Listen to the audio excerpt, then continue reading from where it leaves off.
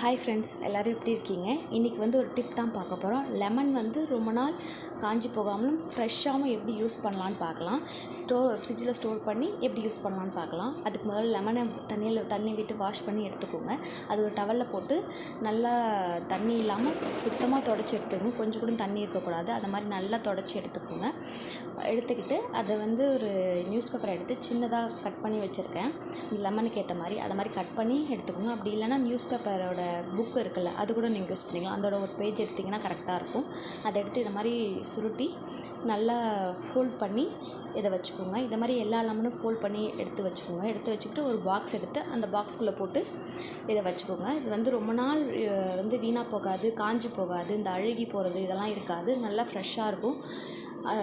இந்த வீடியோ பிடிச்சிருந்தா லைக் பண்ணுங்கள், ஷேர் பண்ணுங்கள், சப்ஸ்கிரைப் பண்ணுங்கள்.